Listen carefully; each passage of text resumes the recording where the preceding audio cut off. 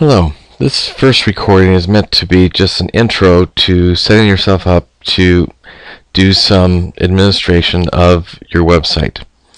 I wanted to begin by simply showing you that in this case for the royaloakmusicale.org, I've created a development site that you can go to do some practice, if you will. If you want to try certain things out, whatever you do there, you're going to have to repeat it over on the regular one. So I don't know how often you'll go here, but if you're just not sure about something,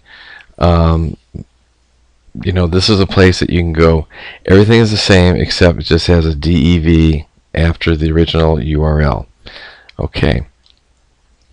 So looks like I was already in there, so I'm gonna come out. This is what you would begin with, and even though it adds this other stuff up here, basically it's just royaloakmusicale.org/administrator. Okay, so you already have your name and your password. You log in, and the first thing that I mentioned that you're going to want to do is you're going to want to do a quick backup. So it may say backup is needed. In this case it says it's up to date, but since I'm going to be making a bunch of changes, I'm going to make a backup anyway. So I simply click on that. You can put a little notice here, a little comment on what kind of work you're going to be doing if you want. It's really not necessary. Click backup now, and the process begins. You notice it says in yellow, do not browse to another page unless you see that it's completed. So it's actually a very fast backup. It's done in about a minute. So we'll just wait until that concludes, and you'll see how it it's already finalizing the backup, and there it goes, backup completed successfully. Now if you go back here, you're simply going to go to a control panel of the backup program. Alright, so we've done a backup. Now the next thing I wanted to suggest is that it's good to have the live site up at the same time as the back end that you're making the changes on. So if you are just in the basic control panel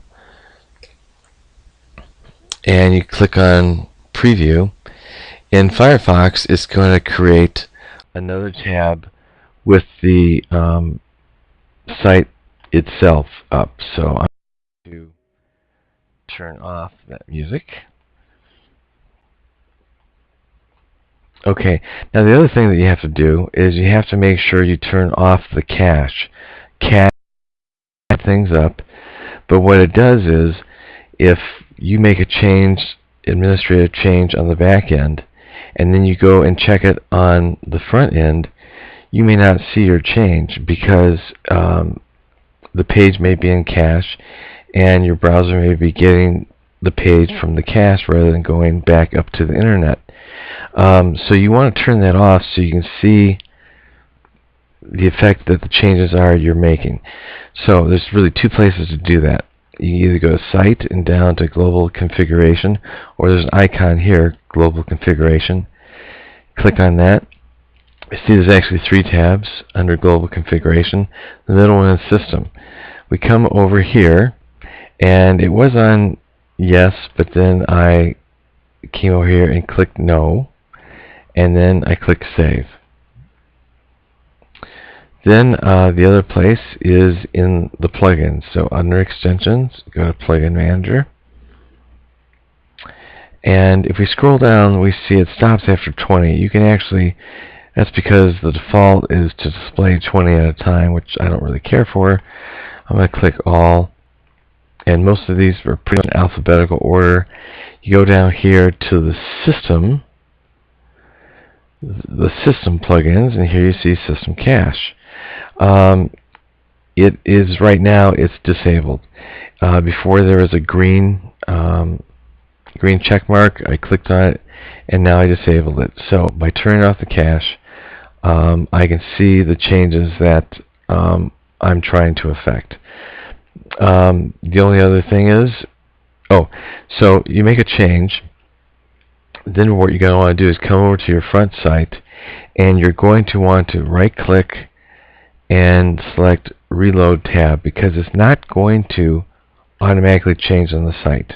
You're going to have to tell it to refresh. But then now that you've done all your changes, you'd simply want to come back, go back to the plugins, take the system cache, turn that back on, double check. System, where is it? System cache, that's green now. And then you go back to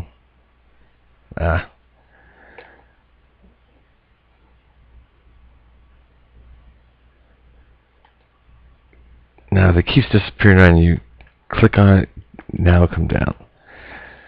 Control setting, we go back to global configuration, and we turn cache back on yes, and save.